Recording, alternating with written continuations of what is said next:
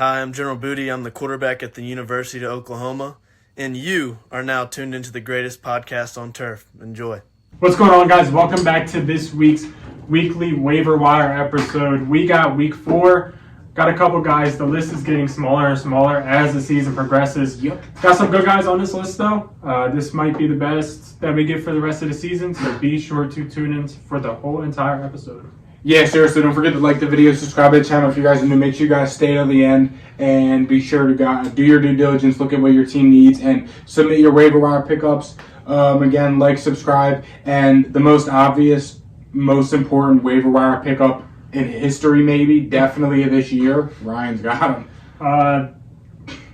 This is a guy who he might be a little bit of a headache in some games, but they're definitely going to be getting him involved, and he is going to be a flex type of player for the rest of the year, at least minimum, in my opinion. Devon A-Chain of the Miami Dolphins.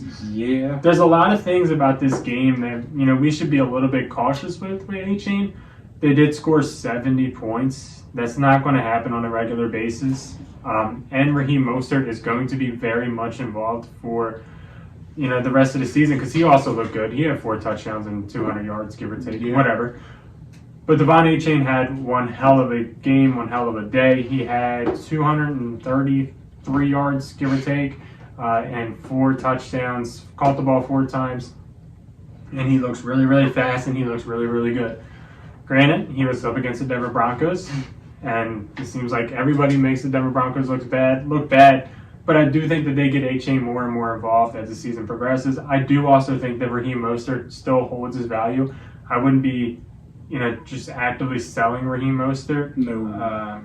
If a good deal comes your way, obviously think about it. But wouldn't be selling him. In terms of getting A-Chain, he is number 1 on waiver priority. He is below the bank if you're in a fab league. You could probably spend the rest of it if you wanted to. I wouldn't blame you. This is a guy that could be a league winner. And I think the minimum for him is a flex consideration. I guess there is a world where the Dolphins don't score 70 points a game. It makes sense, and Waddle comes back, and they kind of come down to earth. But I think after seeing his performance, there's no way Mike McDaniel will draw stuff up for him on a weekly basis. Yeah. No, he's going to, even with Waddle coming back probably next week, I think that he'll, like you said, he'll still get his. Yeah. Now this next guy with bye week starting up next week, I'm pretty sure within the next 2 weeks bye start, we're going to start to have some bye weeks for very important positions like quarterback. So a guy who you might want to look out for is C.J. Stroud of the Houston Texans. The past 2 weeks he's finished QB 13 and QB 11. He's throwing the ball a lot. He's throwing a lot of yards. And knock on wood, he's not committing turnovers. Again, there was some concern with C.J. Stroud coming in. There still is behind the O-line, but he's still getting the job done. Schedule, Pittsburgh, kind of tough. Atlanta will be fine. New Orleans, tough. Then they go on by. But again, just something to look out for. If you have a guy going on by and you can get a quarterback like C.J. Stroud who's going to throw the ball a lot, he's going to throw yards and touchdowns. And he's even been running the ball more. He's averaging about 4, 7, 10 divided by 3 is what? Like 3.5? So he's averaging about 3.5 carries a game.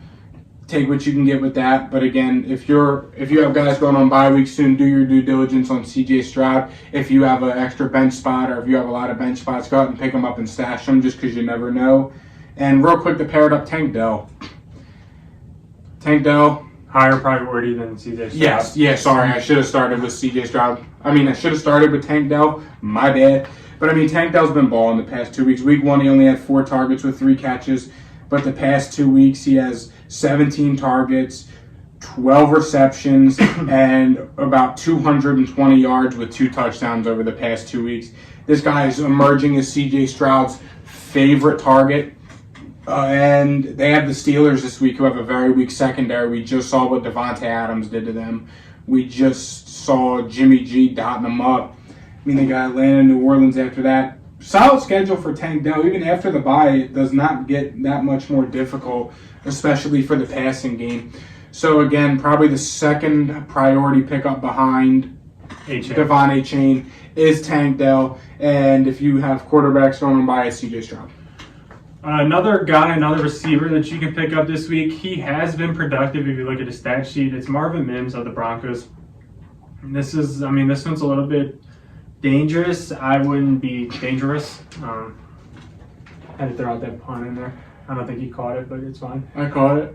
Oh, you think it was funny? Okay. I was reading something, and I heard you say it, but it didn't register. So Marvin Mims is a guy he's had explosive plays. He Tutu Atwell just scored a rushing touchdown. Why couldn't he pass it? Back to whatever. Marvin Mims, you're good. Marvin Mims is a guy who, he hasn't had the volume that we love for fantasy football purposes, but the last 2 weeks he's done good. Week 1 against Vegas, he didn't do much. Granted, that is week 1. Week 2 against Washington, he had the huge catch and 113 yards and a touchdown total. Last week against Miami, he had 3 catches for 73 yards. This is not a luxurious pickup by any means necessary. This is a rookie receiver that he could be the best receiver on this team. I mean, I don't know that for sure. We don't know that for sure, but it would not surprise me. And it's a kind of a flyer pickup. So yeah, Marvin Mims if he's available. Yet another guy in a similar situation, Romeo Dobbs of the Green Bay Packers. I know Christian Watson still hasn't played football, and we're a month into the season. We're going to be a month into the season, but Romeo Dobbs has kind of been the team's receiver one. Him and Jaden Reed have both been. Jaden Reed has really just been kind of touchdown dependent, if we're being honest. But Romeo Dobbs has been pretty consistent for the most part against Atlanta, who surprisingly has a solid defense. He didn't do much, but week 1 against Chicago and even against New Orleans, who has a solid defense, he finished with 16 fantasy points, a receiver 11, 12 targets, 70 yards, and a touchdown. Jordan Love has been playing really, really good lately, especially for fantasy football purposes. So I guess they took his rushing touchdown away. I got the notification. It didn't look good. I got the notification for it. That's why I was confused. But yeah, Romeo Dobbs, again, it's not the prettiest. I'd rather have Tank Dell, obviously. But just in terms of if it's a deeper league and with the upside of him being the team's main target even when Christian Watson gets back, just because he won't have the bond with Jordan Love right away, it still could be the Romeo Dobbs show. So if you want the receiver one for Green Bay in theory, go grab Romeo Dobbs off waivers. I think he's around 40% rostered in Yahoo leagues. So go out there and grab him. He's going to be good for PPR. He's going to catch touchdowns, and he's a deep threat, so he's going to get the yards. Finally, this is a guy who it's kind of a lottery ticket essentially, but in theory he should be thrusted into a new role of wide receiver 2 for one of the pass heaviest offenses in football, and he's a first round talent. The pass heaviest offensive football, and he's a first round talent. It's Quinn Johnson of the Chargers. Unfortunately, my boy Michael Williams got hurt, and now Quinn Johnson I think is thrown into that role. Josh Palmer is another guy that you can consider. I think Josh Palmer is a safer week-to-week guy. Quinn Johnson is the guy that could be a league winner, essentially. I'd say that he's probably not, but in theory he could be. He has the draft capital behind him. He's in a great situation. Justin Herbert don't mind throwing a deep ball, and Quinn Johnson is now the guy on that team that is the deep ball threat. So he hasn't done anything in the first 3 weeks. Nope. Nothing worth mentioning, that's for sure. And it's hard to just predict him coming in and being a stud. But it could happen, and it's worth throwing a flyer on. Do you have any other guys? Yeah. This is ugly. Gross. This is gross. You saw it? Yeah. This is gross. This is a guy who maybe was getting drafted in the last round of your redraft fantasy drafts, if that. But it's Adam Thielen of the Carolina Panthers, who's surprisingly been really good. Week 1, terrible. It's Bryce Young's first start. Week 2 and 3, good. He's got 23 targets over 2 weeks with 18 receptions, 199 yards, and 2 touchdowns. Now, I know one was against Seattle's defense, who was awful, and Andy Dalton was the quarterback. But even the week before that against New Orleans, who's a tough defense with Bryce Young at quarterback, the rookie, he had 7 catches, over 9 targets, 4 touchdowns with 54 yards.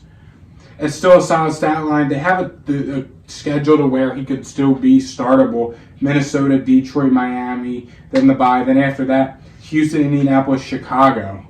I mean, that's a solid stretch where Adam Thielen could really help your team out. So, again, it is not pretty by any means, and I would rather have Tank Dell, obviously, over Adam Thielen. But just based on the past 2 weeks, if he keeps this up, he's going to somehow finish as a top 25 wide receiver in fantasy football, and he'll probably win you some weeks. Another guy, or just a couple guys that you should probably still be holding on to, like a Roshan Johnson, I wouldn't drop. As bad as the Bears are, Jalen Warren, you should still be holding on to. Yes. It's only a matter of time before he takes Najee's job. Yeah. Who else? Obviously, you're holding on to Jerome Ford, Zach Moss, and all them guys. The guy from Tennessee, what the hell's his name? I'm drawing blank. Tajay Spears. Yeah, I don't know what happened with Derrick Henry. You're still holding on to Joshua Kelly. I know it sucks. I get it. But the Chargers are on bye next week. I don't think Austin Eckler's playing this week. Coming up. Yeah. I know Josh Kelly let you down. And, it sucks. But I feel like you're still holding on to it. Yeah, it is what it is. And there you have it. That's the greatest podcast on turf. Week 4 waiver wire pickups. Don't forget to like the video, subscribe to the channel if you're new. We'll see you guys, Thursday? See you. Peace.